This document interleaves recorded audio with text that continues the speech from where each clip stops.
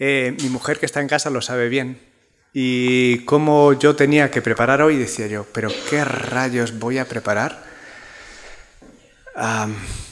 Sabiendo cómo estoy, sabiendo lo que soy y sabiendo lo que siento.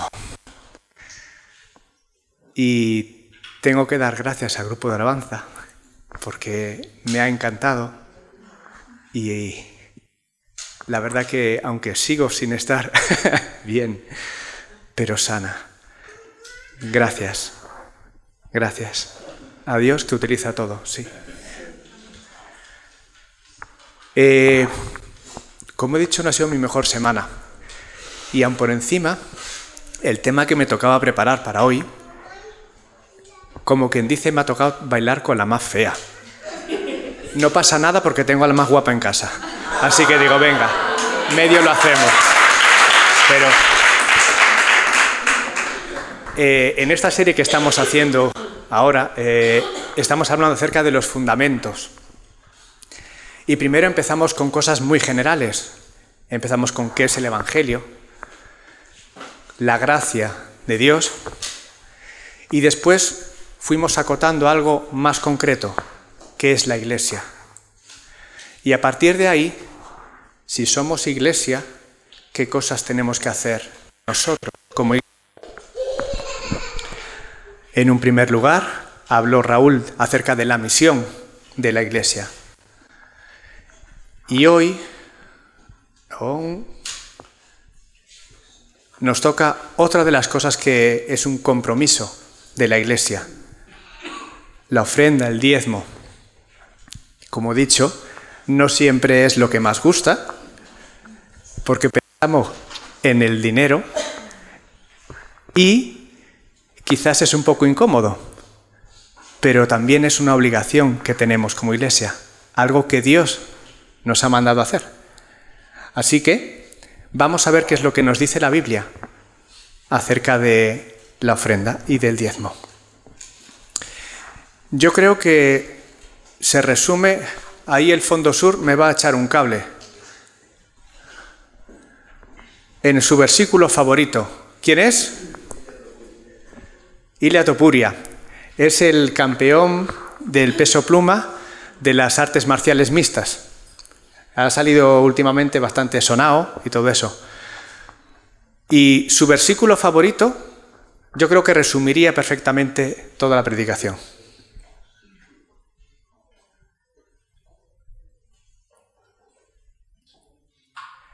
Yo creo que de todos los boxeadores y de toda la gente que juega a un deporte de contacto, este versículo cae.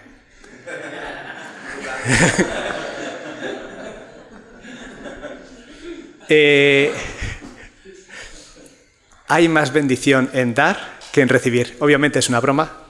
Él no sé siquiera si es creyente o no, pero pega mucho. ¿Qué es la ofrenda y qué el diezmo? Yo cuando estaba en casa decía, vale, ¿cómo enfoco esto? Y cuando hay algo, un tema de lo cual voy a hablar, siempre lo primero que hago es, bueno, y en el principio, ¿cómo empezó todo? ¿Por qué hay que hacer una ofrenda? ¿Por qué hay que hacer diezmo? ¿Por qué hay que dar algo que yo tengo? La primera vez que aparece en la Biblia, las dos primeras veces que aparece en la Biblia son estas. La primera es Caín y Abel dando una ofrenda. ¿Recordáis lo que pasaba? Caín y Abel, uno era ganadero, el otro agricultor, y cada uno presentaba con lo que había trabajado en el tiempo de la cosecha. De algún modo lo que ellos estaban haciendo era reconociendo que eso que habían conseguido era porque Dios se lo había dado. Porque ellos pueden sembrar. Y Dios dice que le dijo a Adán y Eva que con el sudor de su frente conseguirían cosas, trabajarían, etc. Pero es Dios el que da la lluvia. Es Dios el que da el crecimiento. Es Dios el que hace que no vengan plagas o enfermedades a los animales. Dios es el que cuida. Y de algún modo ellos lo que hacían era: Señor, esto que tú nos has dado, que tú nos has ayudado a tener, a mantener, a guardar, esto es gracias a ti. Y la segunda vez que aparece en la Biblia la palabra ofrenda fue Noé, justo al salir del arca. Un diluvio, destrucción total, pero Señor, tú nos has protegido. A pesar de todo lo que hay ahí, tú has estado con nosotros. Así que cuando nosotros pensamos en ofrenda, no tiene nada que ver con esto. Porque nosotros estamos pensando en el dinero que nosotros damos para comprar cosas o para hacer cosas. Pero el propósito inicial de la ofrenda no tenía nada que ver con eso. Era un reconocer quién es Dios. Era un agradecer su cuidado. Eso es el propósito de la ofrenda. Y cuando habla del diezmo, lo hace Moisés en el monte Sinaí. Todos vemos a Charlton Heston bajando con las 2 tablas de piedra, ¿verdad?, del monte. ¿Tenemos la imagen? Vale, pues ahí, si os acordáis, en la Biblia dice que estuvo 40 días. Hubo algo más que una charla para 2 tablas con 10 mandamientos. Hubo mucha legislación más, muchas normas más y muchas cosas que debían comportarse. Y una de ellas era acerca del diezmo. Lo voy a leer. Deberás separar el diezmo de tus cosechas, es decir, la 10ª parte de todo lo que coseches cada año. Lleva ese diezmo al lugar de adoración designado, el lugar que el Señor tu Dios elija para que su nombre sea honrado, y cómelo allí en su presencia. Lo harás así con el diezmo de tus granos, tu vino nuevo, tu aceite de oliva y los machos de las primeras crías de tus rebaños y manadas. Esta práctica te enseñará a temer siempre al Señor tu Dios. Así que lo primero es, como norma, una 10ª parte de todo lo que tienes, pero el objetivo es temer al Señor. ¿Y qué es el temor de Dios? Temor de Dios no es tenerle miedo. En otras partes de la Biblia se habla de temor de miedo, pero en este caso no. Es de nuevo ponerle en el lugar donde es. El Señor, tú estás por encima y yo estoy por debajo. Tú eres el que cuida, tú eres el que me da, tú eres el que me protege. Pero sigue diciendo: ahora bien, cuando el Señor tu Dios te bendiga con una buena cosecha, podría suceder que el lugar de adoración que Él elija en su nombre sea honrado, que el lugar que elija para que su nombre sea honrado te quede demasiado lejos para llevar tu diezmo. En ese caso, puedes vender esa 10ª parte de tus cosechas y manadas, poner el dinero en una bolsa y dirigirte al lugar que el Señor. Cuando llegues, podrás usar el dinero para comprar cualquier clase de alimento que desees: ganado, ovejas, cabras, vino, otra bebida alcohólica. Luego comerás hasta quedar satisfecho en la presencia del Señor tu Dios y celebrarás con todos los de tu casa. Además de reconocer la posición de Dios y lo que Dios te da, es que tú estarás satisfecho con lo que Dios te da. Y a veces nosotros tenemos la envidia de lo que no tenemos, pero cuando envidiamos lo que no tenemos, no estamos viendo lo que sí tenemos y lo que sí Dios nos da. Y estamos preocupados y ocupados en conseguir lo otro, sin importar lo que nosotros tenemos.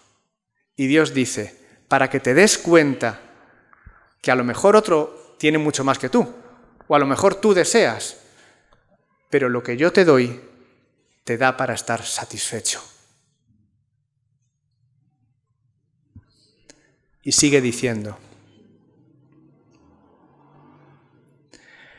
no descuides a los levitas de tu ciudad, porque ellos no van a recibir ninguna asignación de tierra como las demás tribus. Al final de cada tercer año, lleva todo el diezmo de la cosecha de ese año a la ciudad más cercana y almacénalo allí. Dáselo a los levitas, quienes no recibirán ninguna asignación de tierra como las demás tribus, y también a los extranjeros que vivan en medio de ti, a los huérfanos y las viudas de tus ciudades, para que coman y se sacien. Entonces el Señor tu Dios te bendecirá en todo tu trabajo. Hay un tercer propósito.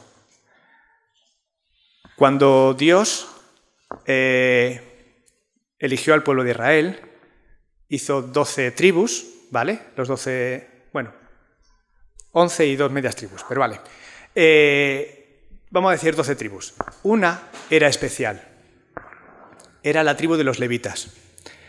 Esa no iba a trabajar, no iba a guerrear, no iba a hacer todo lo que el resto de tribus iba a hacer, sino que su único trabajo, su única función, era servir a Dios. Eran los que montaban el templo, los que cargaban con él en medio del desierto, los que hacían todos los sacrificios, los que hacían todo el trabajo, digamos, de la iglesia, ¿vale? Digamos unos sacerdotes, entre comillas, serían ellos. Además tenían algo especial, y es que cuando salieron de Egipto el pueblo de Israel y entraron en la tierra de Canaán, a cada tribu Dios le dio una parte del terreno para que se asentaran, menos a los levitas.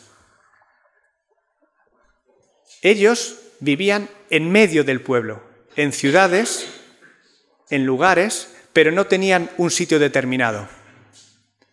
El resto del pueblo debía sostenerlos con su trabajo. Pero no solo a ellos, sino también a la gente que no pudiera mantenerse. Los extranjeros que venían al pueblo de Israel tampoco tenían tierras para trabajar. No tenían forma de sustento a priori. Y Dios dice: cuidad de la gente que no tenga sustento. Vosotros tenéis para alimentaros, para saciaros, pero incluso yo os voy a dar para que podáis dar a otra gente, en lo mucho o en lo poco, pero todos somos responsables de cuidar de todos. Y es muy curioso porque si después vais viendo otro tipo de leyes, vemos cómo Dios en todo momento cuida siempre de las viudas, de los huérfanos, de los que no tienen familia, de los extranjeros.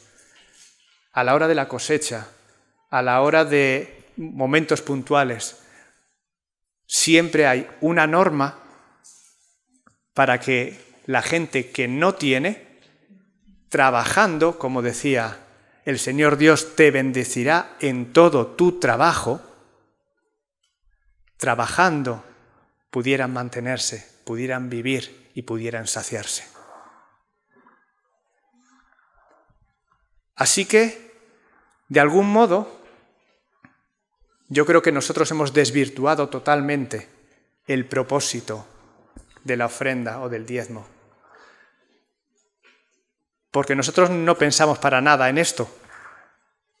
Hablo ahora mismo personalmente y egoístamente y malamente.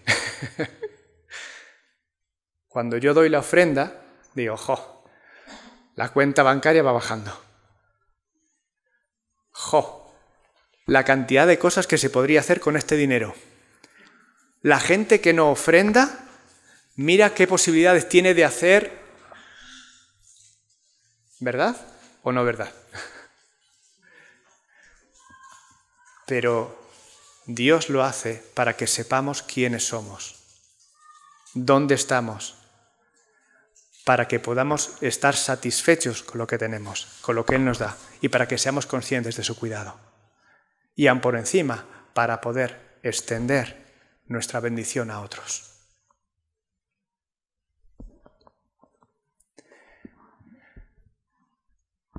Y la siguiente pregunta que me hacía era, bueno, vale, ¿cómo dar?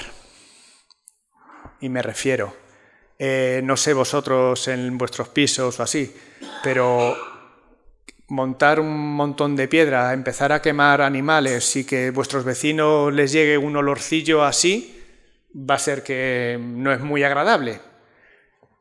Así que, ¿cómo lo haríamos? Y en la Biblia aparece una serie de directrices para saber cómo hacerlo. Y en principio, una de las cosas que dice es que cuando demos, tenemos que estar en paz con los demás.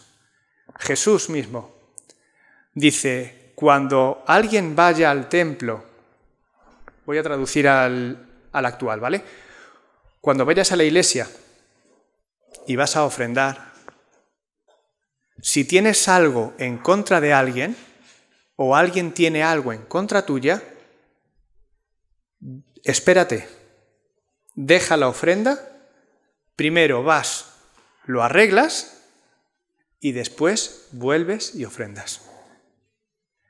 No significa que no ofrendes, significa que cuando lo hagas, para estar bien con Dios, también tienes que estar bien con tus iguales.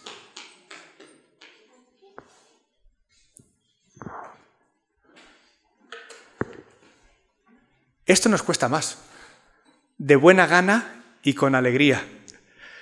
A ver, lo que he dicho antes, nosotros siempre, ¿qué? ¿Han pasado ya la hipoteca? Sí, ya está pasada. ¿Ha pasado esto? Sí, ya ha pasado. ¿Se ha pasado? Sí. ¿Y la ofrenda? Miércoles, todavía no. ¡Oh!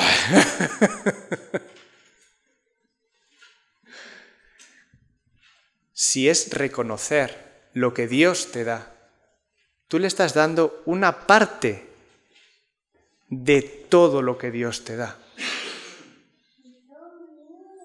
Y a veces sentimos que Dios nos está robando a nosotros, o que Dios nos está pidiendo a nosotros un esfuerzo grandísimo, cuando es Él el que nos lo ha dado todo, y nosotros nos lo apropiamos.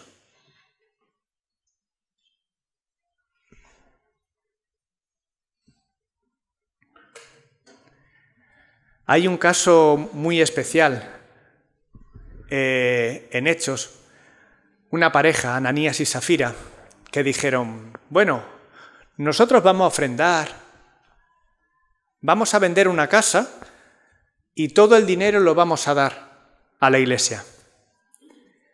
Y cuando llegó el momento, hicieron, a ver, tampoco hay necesidad. Entonces, una parte para ellos y otra parte para nosotros. Y hubo unas consecuencias muy negativas. Porque nosotros podemos engañar a los hombres, pero no podemos engañar a Dios. Si me comprometo a algo, me comprometo. Si no, un refrán que dicen mucho mis padres, el hombre es dueño de su silencio y esclavo de sus palabras.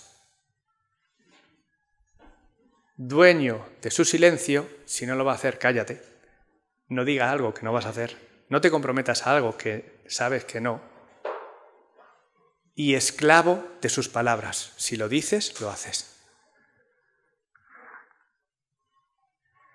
Y Dios quiere esto. Dios no quiere que andamos con engaños. Señor, yo te voy a dar. Cuando yo tenga, para ti va a ser. Si tú haces que esto ocurra, yo prometo que... No. ¿Qué es lo que vas a hacer? Hazlo. No intentes engañar a Dios, porque es una tontería.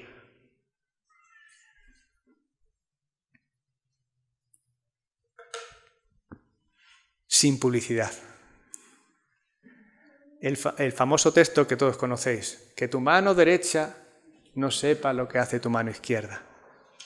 Si vas a ayudar a alguien, ¿sabes que mañana he quedado con fulanito y le voy a comprar? Así soy yo. ¡Ah! Un cacho de pan.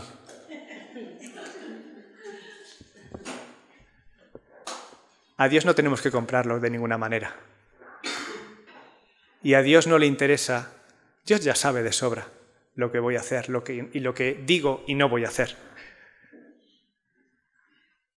Pero Dios tampoco quiere que, aunque hagas lo correcto, estés publicitándote para darte una apariencia de mira lo bueno que soy. ¿Cómo era la canción esa? Qué bueno soy y qué tipo tengo. Fue algo así. A Dios no le interesa eso. Y eso lo único que hace es alimentar mi ego. Cuando pienso que soy yo el que estoy haciendo. Y yo simplemente estoy siendo un canal que Dios utiliza para.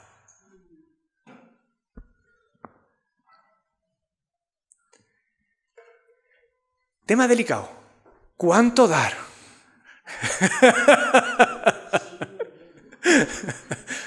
¡Uf! En la Biblia, de nuevo, no dice cuánto, pero sí nos da unas directrices. Hay una famosa viuda a la que Jesús ve en el templo, pero antes de la viuda hay gente rica, gente con mucho dinero, que daba grandes sumas de dinero. Pero de repente llegó una viuda que solo dio 2 monedas. Y Jesús le dice a sus discípulos, de verdad os digo que ella ha dado mucho más que todos aquellos que echaron antes. Porque no es la cantidad, es qué es lo que echas. Todos los ricos echaron, dice Jesús, de lo que les sobraba. Pero esta viuda dio todo lo que tenía.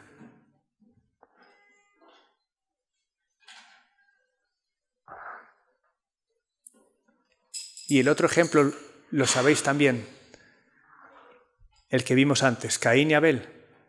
Y dice la Biblia que Dios aceptó la ofrenda de Abel, pero no la de Caín. Y si leemos las letras pequeñas, vemos que Abel entregó lo mejor de sus primeros corderos a Dios, mientras que Caín, entregó algunos de los frutos. La diferencia es, ¿qué entrego yo? Las sobras, alguna parte, o doy lo mejor de lo primero que tengo sin saber si me va a venir algo después.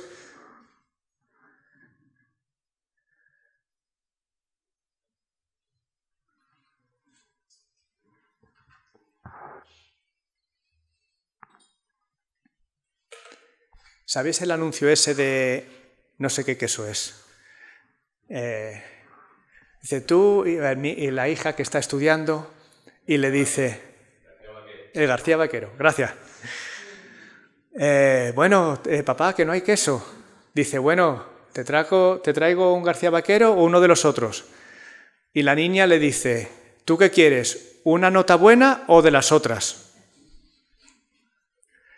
Una cosa es lo que yo pienso que puedo dar y otra cosa es lo que Dios me pide que dé. Puedo dar un 5 o puedo dar un 10. Los dos son aprobados. Pero ¿qué dice Dios que demos?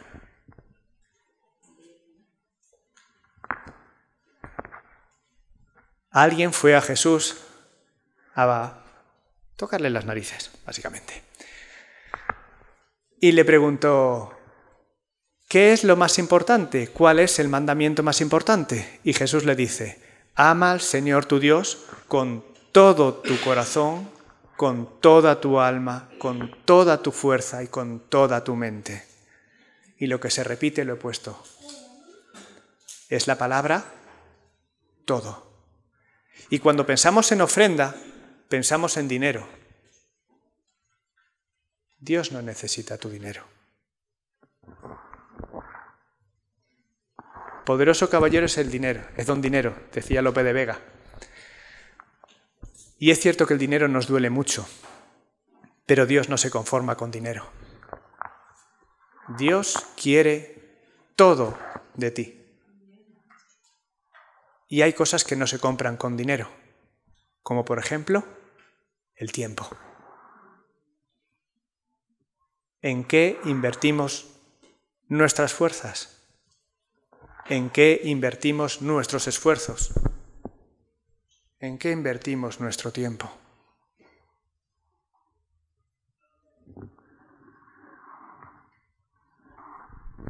Dios lo quiere todo de nosotros. No solo unas monedas que Él nos ha dado. Una de las canciones que hemos cantado esta mañana hablaba de eso. Dice Romanos, ahora es Pablo el que habla, no permitan que el pecado controle la manera en que viven. En cambio, entréguense completamente a Dios. Así que usen todo su cuerpo como un instrumento para hacer lo que es correcto para la gloria de Dios. ¿Qué podemos hacer para darle gloria a Dios? Podemos dar dinero. Evidentemente, para utilizar este sitio necesitamos dinero. Para hacer mejoras en cosas que utilizamos, hace falta dinero. Para hacer actividades fuera de lo que se hace aquí, hace falta dinero. Para ayudar a personas, hace falta dinero. Pero para pasar un buen rato ayer bailando, también hace falta un esfuerzo de alguien que ha pensado qué hacer. Hace falta alguien que ha estado decorando.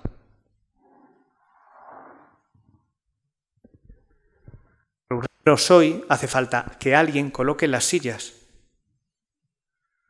para que alguien que no conoce a Dios pueda llegar a conocerlo. Hace falta que alguien le hable. ¿Qué hacemos nosotros? Esa es la ofrenda que Dios quiere. Eso es lo que Dios quiere, que nuestra vida refleje. Hay una canción que dice, mi obediencia será mi mayor adoración. Eso es lo que Dios pide de nosotros. Y eso es la mejor ofrenda que le podemos dar, sin excluir la otra. Pero muchas veces pensamos en una y nos olvidamos del resto. Ah, yo la cumplo, pum, fuera. No tiene nada que ver con eso. Eso es solo una pequeña muesca de nuestra vida. Y además, porque tenemos un ejemplo. ¿Quién es el ejemplo a quien la Iglesia debe fijarse en todo momento? Jesús. Uy, le doy para atrás.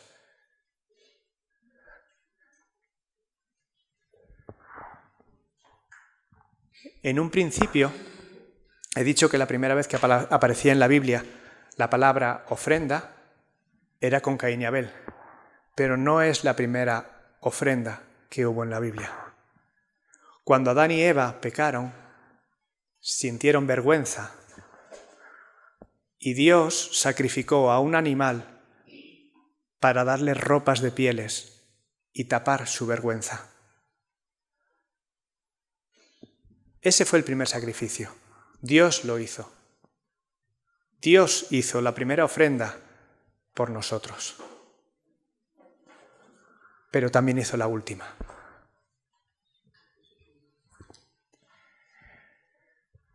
El problema de ir sacrificando animales para cubrir el pecado, porque fue lo que fueron haciendo los seres humanos, es que había que hacerlo una y otra vez, y otra vez, y otra vez, y otra vez.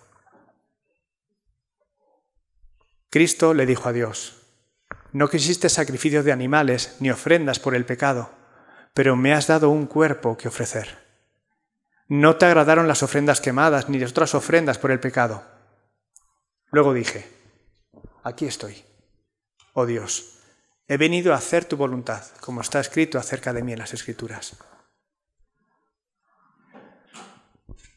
Había algo que nosotros no podíamos hacer en ningún momento: librarnos del pecado.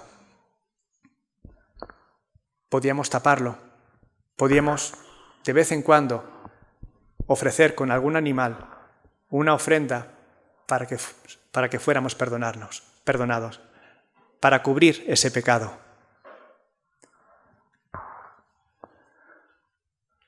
Pero Dios no quería eso, porque era algo imperfecto, algo que había que repetir de forma cíclica. Así que Dios hizo un nuevo pacto. Este es el nuevo pacto que haré con mi pueblo en aquel día, dice el Señor. Pondré mis leyes en su corazón y las escribiré en su mente. Nunca más me acordaré de sus pecados y transgresiones, y cuando los pecados han sido perdonados, ya no hace falta ofrecer más sacrificios. Jesús mismo murió en la cruz como una ofrenda por nuestros pecados, de tal forma que nosotros no tenemos otra vez que volver a utilizar nada para cubrir nuestros pecados, porque ya lo hizo Él. Ahora sí, lo que tenemos que hacer es vivir una vida como si fuera una ofrenda a Dios.